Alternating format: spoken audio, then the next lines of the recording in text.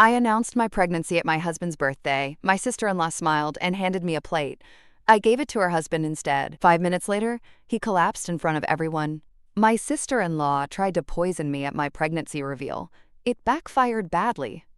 If you had told me 2 years ago that my sister-in-law would end up behind bars because of shrimp, I would have laughed in your face. But here we are. I, 29F, have been married to my husband Harry for 7 years. He's my best friend, an amazing partner, and truly everything I could have hoped for. His only flaw? His sister Kayla. From the moment I met her, I had that weird gut feeling. You know the kind, like you're being watched by someone who doesn't blink? Yeah, that. She wasn't outright mean at first. More like fake nice. Always smiling, always offering help, but never missing a chance to slide in a backhanded compliment or mention one of Harry's exes like she was reading off a resume. At first, I chalked it up to sibling weirdness. Maybe they were just close, right? But as time went on, it got worse. Kayla treated me like an intruder in her family. And she wasn't subtle about it either. The X-Files. Whenever Harry and I went over for dinner at his parents' house, somehow one of his ex-girlfriends would just happen to be there. Kayla would play innocent, like, "Oh, I ran into her and just thought it'd be so fun to catch up." Girl, why? She also stalked my Instagram like it was her full-time job. Always the first to view my stories. And if a guy commented something as harmless as "congrats" on a post, she'd immediately run crying to Harry, acting like I was out here being scandalous. She even told him, I swear to God, that he could do better than me. That one stung more than I expected, because I had tried so hard to be civil with her. We weren't besties, sure, but I was friendly. I always invited her to events. I even laughed at her terrible jokes. But her behavior during our engagement took things to a new level. The wedding that pushed me over the edge. So Harry and I got engaged. Everyone's clapping and congratulating us, and Kayla? She walks out of the room like someone slapped her. Then she calls Harry crying because she wasn't the first to know. Like, huh? Then she sent me a long, weird message about how I needed to remember that she had been the only woman in Harry's life for years, and I should treat him well, or else. Like, threatening me but trying to make it sound sweet. She even signed off with a heart emoji. I left her on read. But she wouldn't stop. She crashed bridal showers. Made snide comments about my wedding colors, said my centerpieces were tacky. The final straw was when she straight up said, to my face, that Harry deserved someone better. I uninvited her from the wedding on the spot. Of course, that caused a meltdown. She called Harry sobbing, accusing me of embarrassing her, and demanded he control his wife. Good luck with that, sis. Harry backed me 100%. She reluctantly texted an apology, but I ignored it. Still, we ended up letting her come just to avoid more drama. And y'all, she showed up wearing a full black funeral gown and a veil. Dead. Ass. She told people she was mourning the loss of her brother to another woman. I wish I was joking. Even then, I tried to move on. We kept our distance. When I gave birth to our son, Nate, I told Harry I didn't want her near him. She'd crossed too many lines. But after she went through a miscarriage, I softened a bit. We let her around Nate occasionally. She seemed to really care for him. For a while, things calmed down. I thought, maybe, just maybe, we could be normal. Narrator.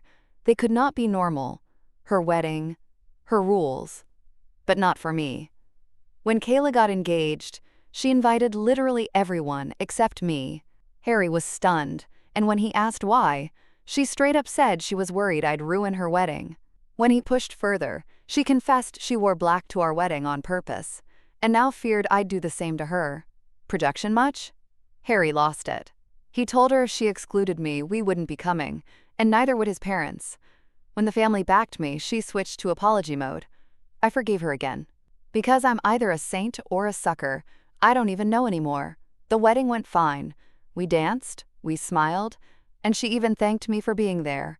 But less than 6 months later, her marriage was in shambles. She showed up on our doorstep crying about how her husband Jamie wasn't trying hard enough to start a family. We let her stay a few nights because, well, Harry's a softie. And that's when things got weird. She started making comments about our marriage.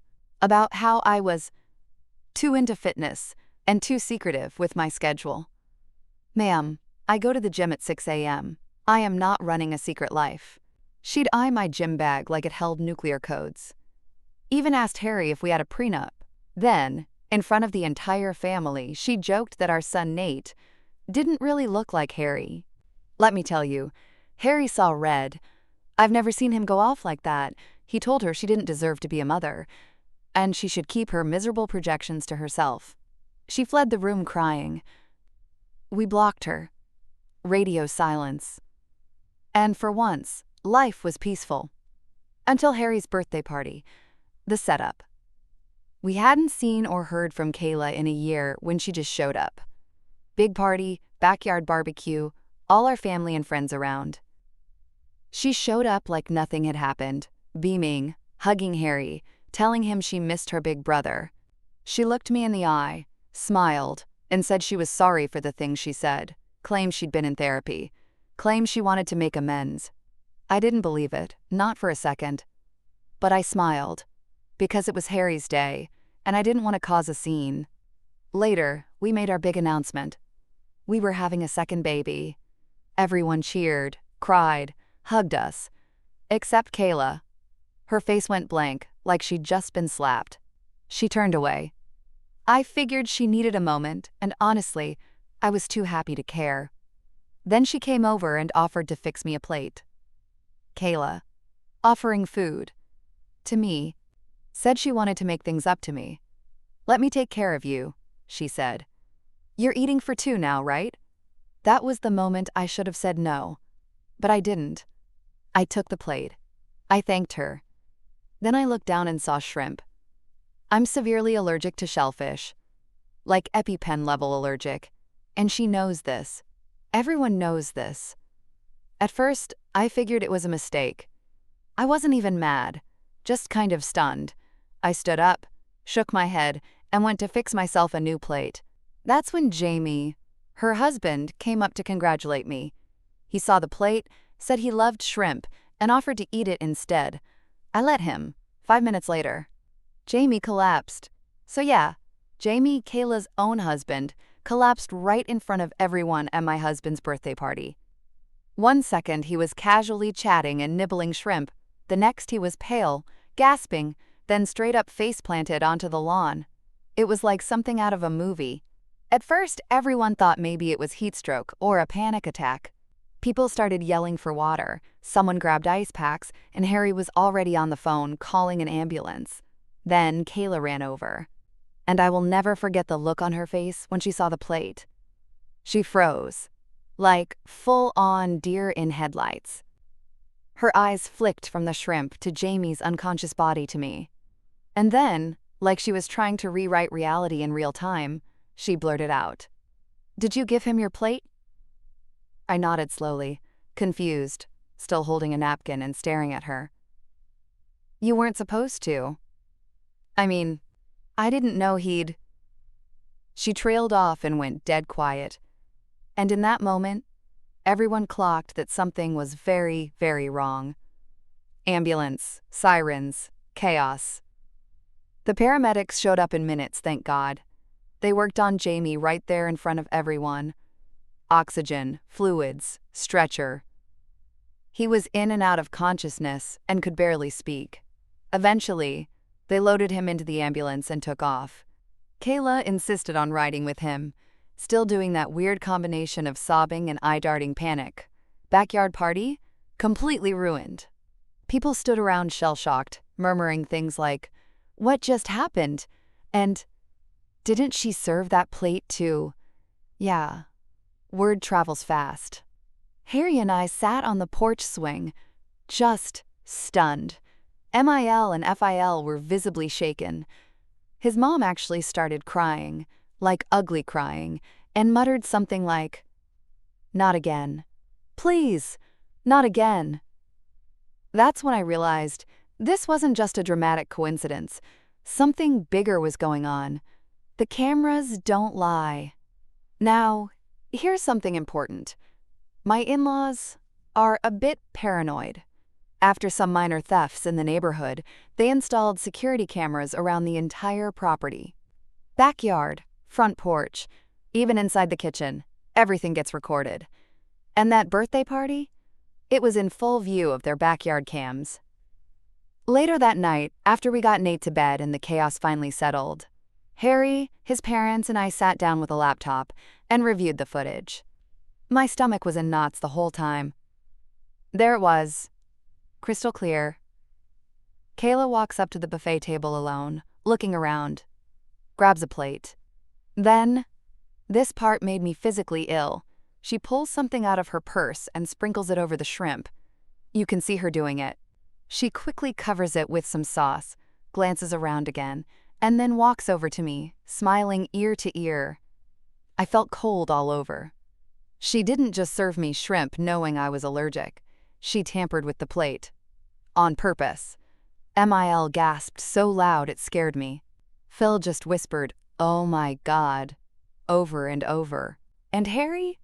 Harry sat stone still, fists clenched, eyes locked on the screen. Then he got up and called the cops. Police involved.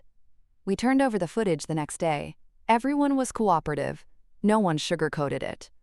Harry said outright, "We believe my sister attempted to poison my wife." Thing is, at this point, we didn't know exactly what Kayla had put on the plate, so they collected the dish, sent it in for testing, and opened a case. Meanwhile, Jamie was still in the hospital recovering. Apparently, what he ingested caused a severe reaction, worse than any normal food allergy. They were treating it as a potential poisoning. His vitals were stable, but he wasn't well enough to talk.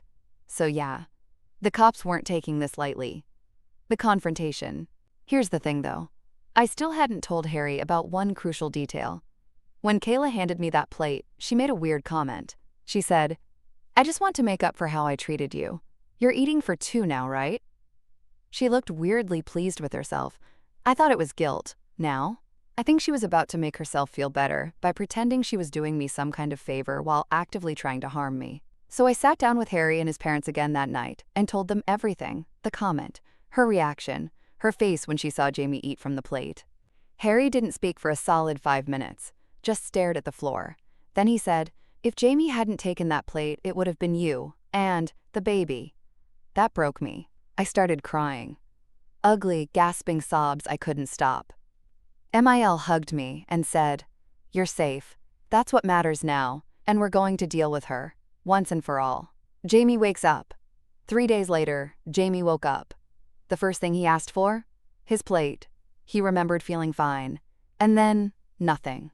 Harry and Phil visited him and told him what happened, showed him the security footage, explained how I was supposed to eat the shrimp. Jamie went silent. Then he said, "She always said she'd do anything to protect her brother. I didn't know she meant like that." Then he asked to speak to the police.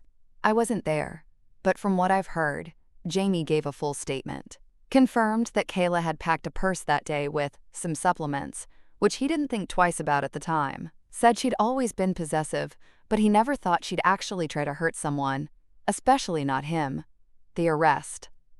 A few days later, Kayla was arrested. She didn't resist. In fact, she started crying the second they showed up. "I didn't mean to hurt anyone," she kept saying. I snapped. I was pregnant too. It was hormones. I didn't think she'd give him the plate. Wait, what? That's how we found out Kayla was pregnant too. She was planning to reveal it that day. Yup. She wanted to be the center of attention. But when we announced our pregnancy first, she lost it. Decided to get even. Her exact words to the police were, "I just wanted her in the hospital. Not the baby. Not Jamie." Twisted doesn't even begin to cover it. She was charged with attempted poisoning, reckless endangerment, tampering with food, and a bunch of other stuff. I don't know all the legal terms, but yeah, it was serious. Fallout. Jamie filed for divorce immediately. Phil told Kayla she was no longer welcome in their house, even after she begged and sobbed about the baby. Mil was devastated. She cried for days. But even she admitted Kayla needed to face consequences. As for Harry, he never said a word to her again. Not in court, not in jail, nothing. He told me later that it was like a part of him died that day. "She's not my sister anymore," he said. And I started sleeping with the lights on again. So Kayla was officially in police custody. The girl who used to not so casually remind me that I was never good enough for her brother had just been arrested for attempted poisoning. You'd think that would be the end of it. But no, this is Kayla we're talking about, and trust me, she had a few more plot twists in her. The charges, the confession, and the pregnancy bomb. After Kayla's arrest, things moved surprisingly fast. Jamie filed for divorce immediately and cooperated fully with the investigation. The food test came back: rat poison. Mixed with sauce and shrimp, like some twisted Pinterest recipe from hell, Kayla didn't even try to fight the charges. She confessed in a full-blown meltdown. Claimed it was the hormones from her own pregnancy. Yep, she was pregnant. She had planned to announce it at the party, but we stole her moment. I genuinely can't make this stuff up. Apparently, when we announced our baby news, she felt so overshadowed and angry that she panicked. She claimed she only wanted me to go to the hospital for a bit, not to actually die. The logic of that is beyond me. She swore she didn't mean to hurt the baby either. But again, rat poison, shrimp, me, pregnant.